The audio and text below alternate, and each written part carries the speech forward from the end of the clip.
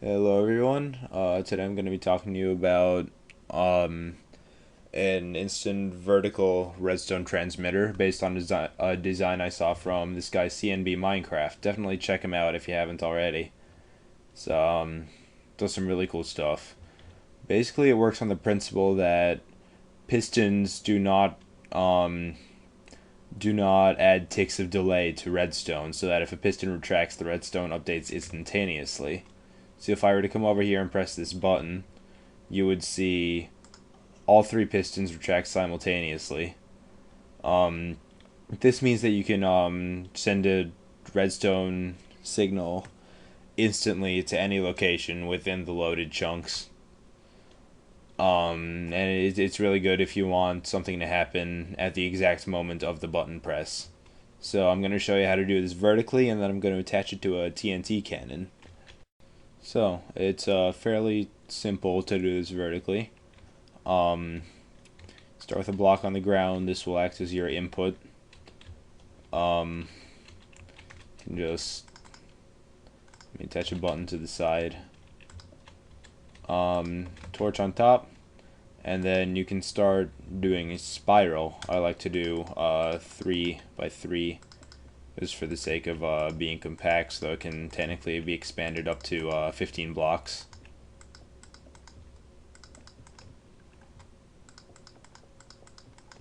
And you might want to just 3, 4, 5, 6, 7, 9. Just place some wire as you go so you can keep track of when your signal's about to run out.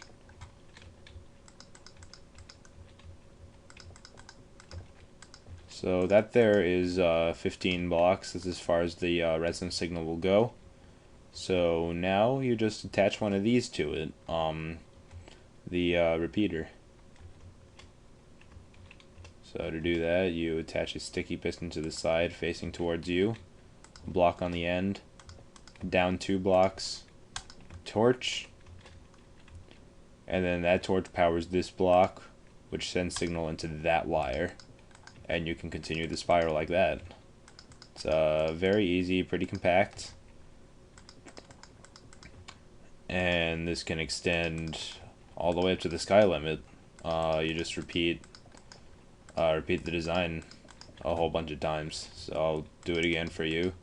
It doesn't only have to go on that one side. It can go really on any side or at any point as long as there is a redstone signal feeding into it.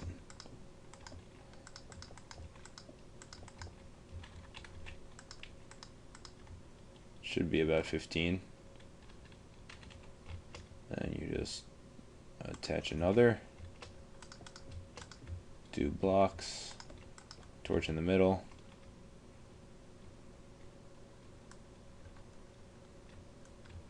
And there you go. It works the exact same as CMB's horizontal design.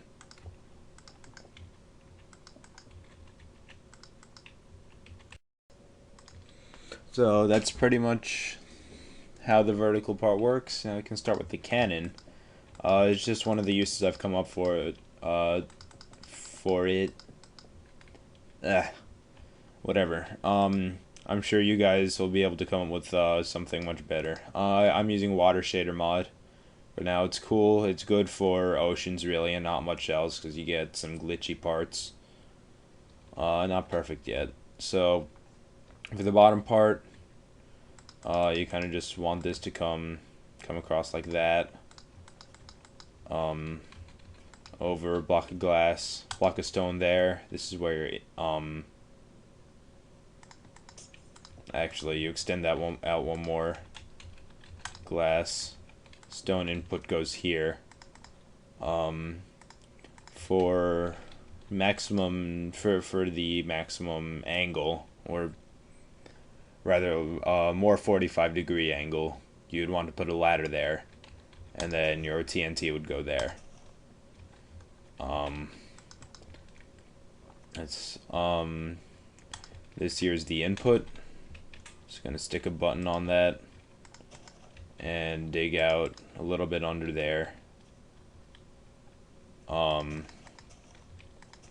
This whole thing here is going to extend to that part. It's because we want to have this going into here.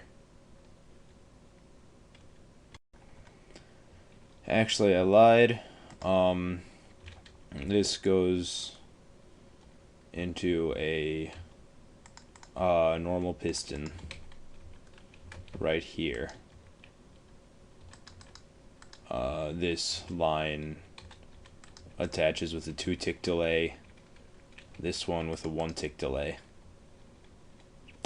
These delays here are to make sure that all the TNT gets ignited at the same time as you extend higher up, because as I'll show you later, you're going to have a 1-tick delay coming when you branch off of the vertical transmission.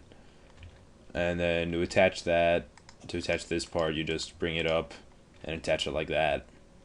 It's fairly simple.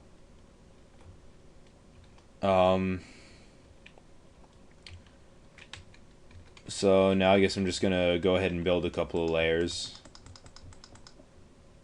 For this first part, you want to leave the front bit open to make sure that the TNT all fires forward, and that this TNT doesn't get caught on that block above there. And then after that, you can kind of just circle in all the way. Now, additionally, you're only going to want to run this wire out to here, 2 blocks from the end, because you don't want a TNT here because it could potentially fall into the ladder and not get stuck in the water, thereby destroying the whole front of your cannon. And you don't want one here because that's just going to fall right onto your... That's going to also fall into the ladder. So the furthest back you want it is here. Also, you can place a TNT back here in this because that's going to get rid of the water source. Just 2 seconds. Let me turn today so you guys can see better.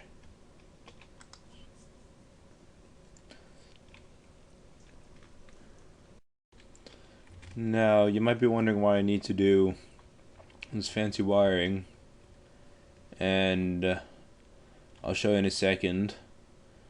Just give me a chance to finish this part here first. This is actually another thing that could be interesting to some of you guys that are into piston tapes. It uses the piston tape concept designed, not created by CNB Minecraft, but he does an example in his piston clock, and Etho has one in his some of his mob trap videos. So I guess I can show you that. Pistons can push up to 12 blocks. We'll just stack blocks on top, alternating glass and stone.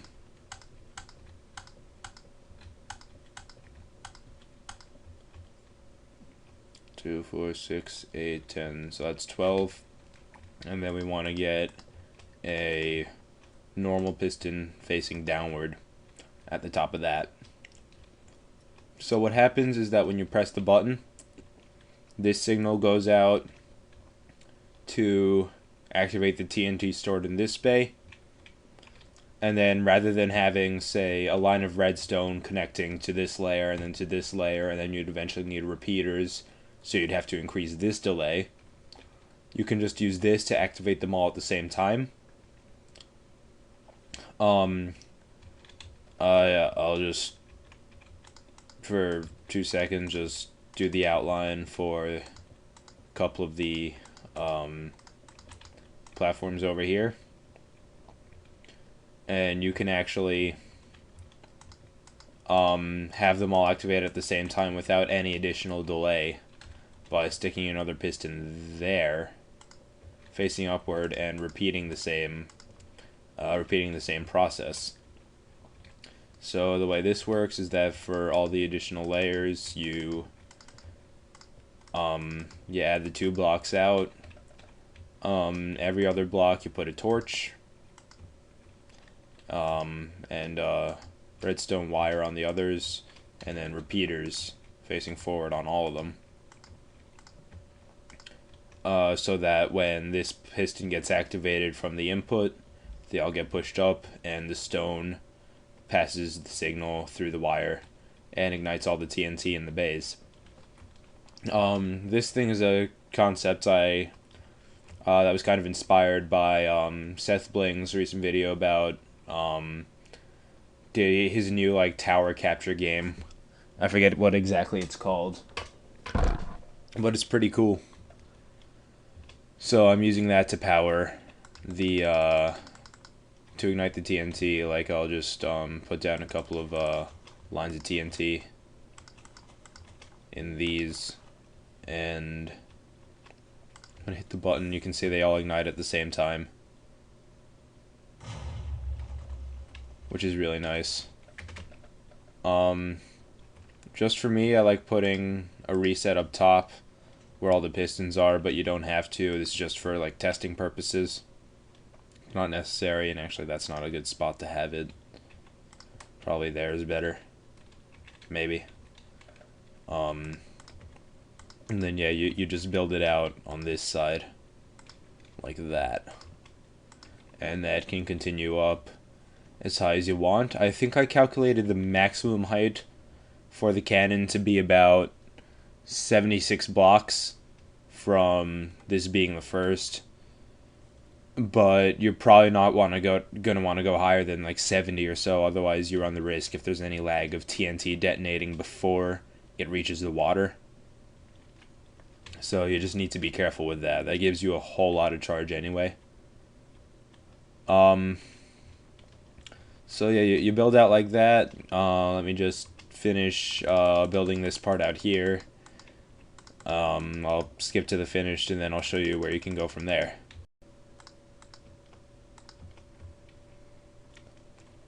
Alright, and I'd just like to show you a little tip for getting some extra trajectory on the TNT.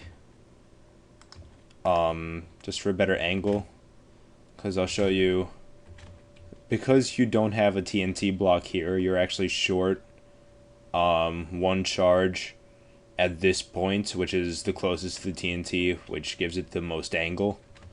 I don't know how big of a deal it is with a cannon of this size, but I noticed that when in smaller cannons I got a much greater angle just from adding a TNT right there and attaching it like that to the top layer. So that's just a tip for TNT cannons in general. If you do this, if you end up short a block here. So now to get power to the pistons, that's where this guy comes in. You can probably place it behind. That works too. I think it would be more compact in terms of horizontal space. I just like having it on the side. Personal preference. So what you want, it's really simple. All you need to do is just grab a signal. Actually, you can invert this. You should invert the signal so that when you power it, this whole thing turns off, and then that turns on. For this, I'd probably come down to, and then over and into the piston, just like that. Get rid of the button there, because that's going to get in the way. And then for powering the downward, I can actually even take from the same, well, okay, I don't want it there. Oh shit.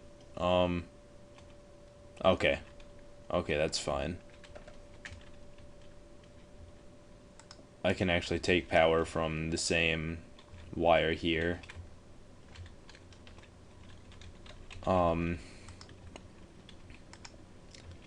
think you want a 3-tick delay. Yeah. Sorry, I was just like trying to think about how to do this. You want not 3-tick, but 3 repeaters. I found is the most reliable for general for general use in this machine.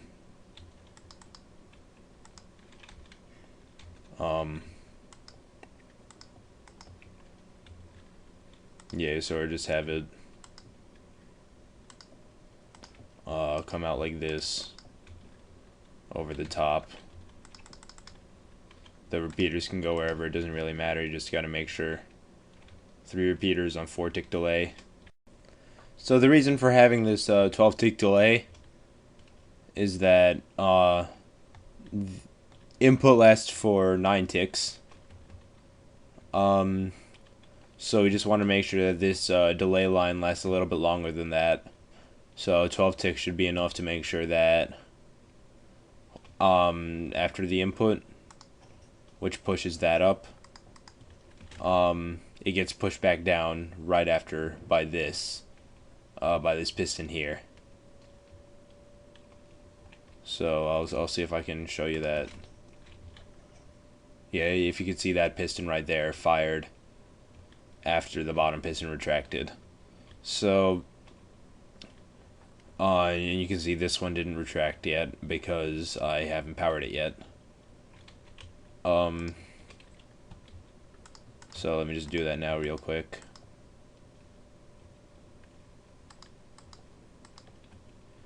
Sometimes you have to get a little bit creative because you really don't want to have any redstone from this interfering with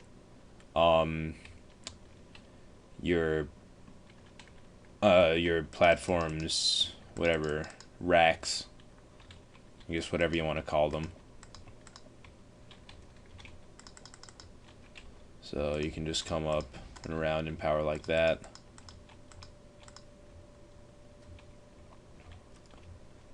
So that when the button gets pressed,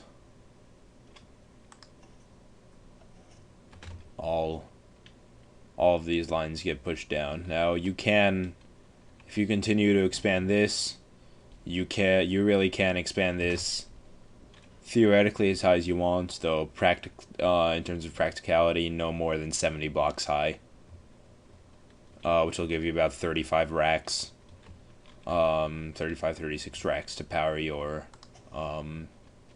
cannon. Now I'm just gonna load it and I'm gonna demonstrate a shot so you can kind of get an idea of how powerful it can be, and then afterwards I'll show you a smaller, more practical version that doesn't incorporate this guy. It's only I think 5 or 6 racks tall, and it gives you a pretty good range. I'd say about 150 to 200 blocks, and it will make contact with the ground. The issue with this cannon is that it'll give your projectile TNT so much force that it'll actually detonate before it hits the ground. So if you want to put your cannon underground, or if you just want to hit a target that isn't exactly stationed on the ground, then that's great. Otherwise, not so great. Now what you need is just 10 ticks of delay. 40 ticks, sorry. Or 10 repeaters on 4 delay.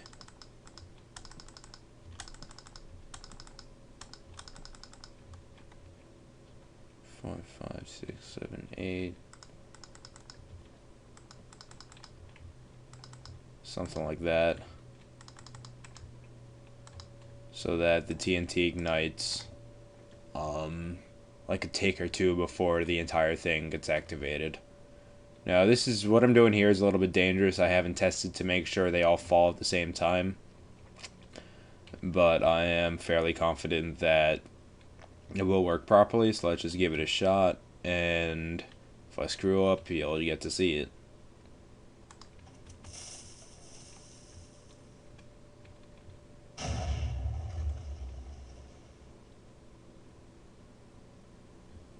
Yeah, so that was way powerful. It exploded all the way up there.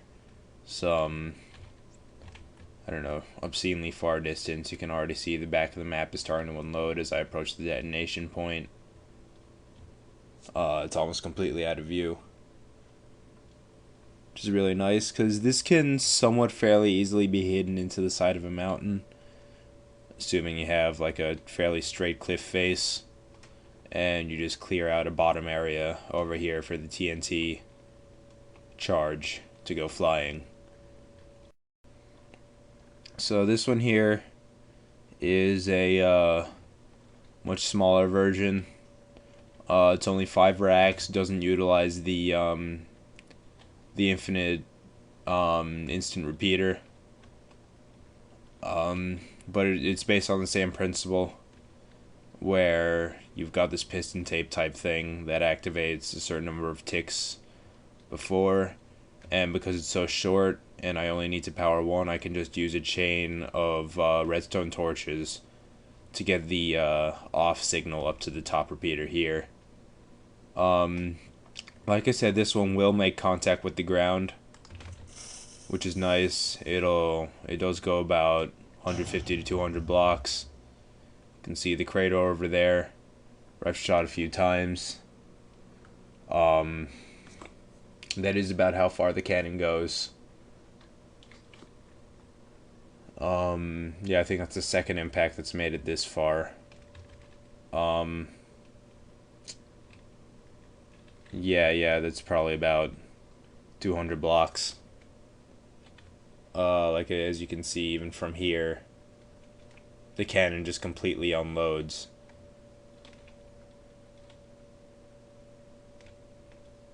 Oh, cool, another village. Sorry. And over here you can see one that I extended all the way up to the theoretical 76 block limit. And I guess because I flew so far out or something, I had an issue with the TNT lagging, or something happened, but I lost a huge portion of the cannon, and a lot of my wiring over here got destroyed. And I was going to demonstrate to you the maximum range, but that didn't quite work out so well. Of course, this stuff's all still on. That's annoying. I'll have to fix that. But yeah, so if you drop the TNT from there, in theory it should hit the ground and then explode, which is why you're not getting any damage over here. If you want to see how I calculated that, this one is 76 blocks above the ground. I think you might be able to squeeze 77 or 78, but like I said, because of lag and stuff, you probably won't want to do more than that many blocks. Because you can see it hit the ground and then exploded like less than half a second later. So that's essentially the cannon, the concept. If you have any questions, leave me a comment and I'll try to explain anything as best as I can. If you want me to go over in more details any of the wiring stuff, see if I can make anything any clearer, I'd be more than happy to do so. If you want to show me your applications, any modifications to my design that you can come up with, which I'm sure there are plenty, absolutely do show me. I'm always interested in getting advice and improving myself. And that's that. I'll see you all later.